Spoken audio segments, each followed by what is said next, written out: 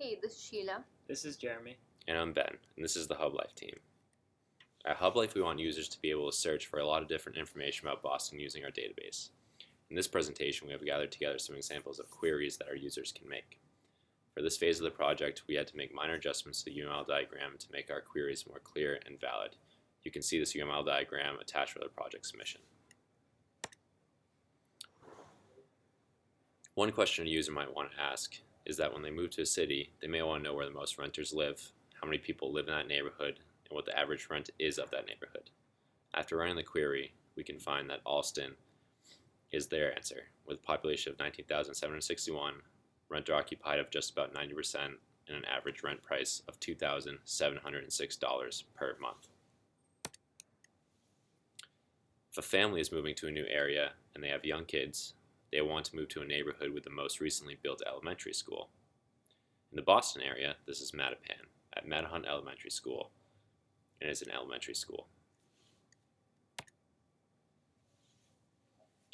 If a user values how much they pay in rent based on how many restaurants are nearby, they can use the ratio of average rent to number of neighborhoods as a good metric. Here a good example is, the closer the ratio is to 1, the better the user would want to live in that neighborhood. So as you can see, in downtown Boston, with an average rent per restaurant ratio of 130, that user would not have a lot of restaurants compared to the amount of rent he would pay. Whereas in East Boston, he would pay less rent and have a lot more restaurant options nearby based on this ratio. So when a user enters our Hub Life app, he or she wants to know which neighborhood has a number of people of their age, a more number of people of their age, and what is the population of educated folks in that neighborhood. And we did this query, and the result which we got was Dorchester, which has around 3,300 of folks who are of the user's age. Then next question would be something like, if a teacher wants to move into Boston and wants to know where the average salary is high in a particular neighborhood when compared to that of the total average salary for uh, a teacher so they can enter the criteria and find the results as such as Charlestown has way more a salary for teachers when compared to the average salary of an entire teacher list. So based on the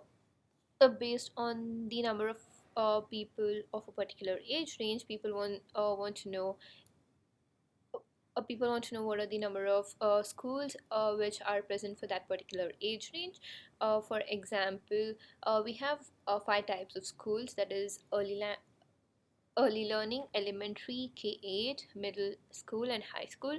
So we categorized middle school, high school, and K8 in 10 to 19 years, and the rest in 0 to 9 years.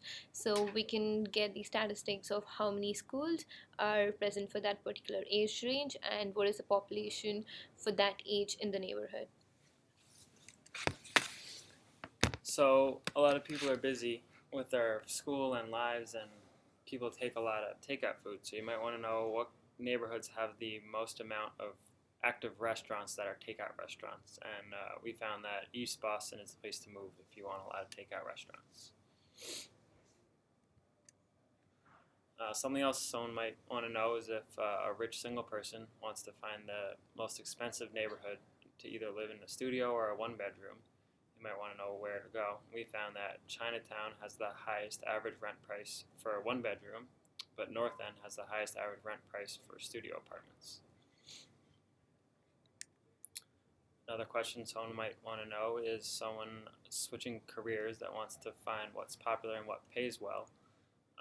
So we found for every department in every neighborhood the average salary. So you can look either by your department, say you want to work in the fire department, you can see what neighborhood has higher average salaries than others to choose where you'd want to move to. And finally, we have a question that a foreign-born Hispanic older couple, if say they're moving to a neighborhood and they want to find people kind of like them, they can look for the percentage foreign-born and the age range for every neighborhood that has a Hispanic population within Boston, and you can see by these stats, depending on the neighborhood, like downtown Boston has a high foreign-born population, Roxbury has a high Hispanic population, and they could see where they want to move based on that. Thank you.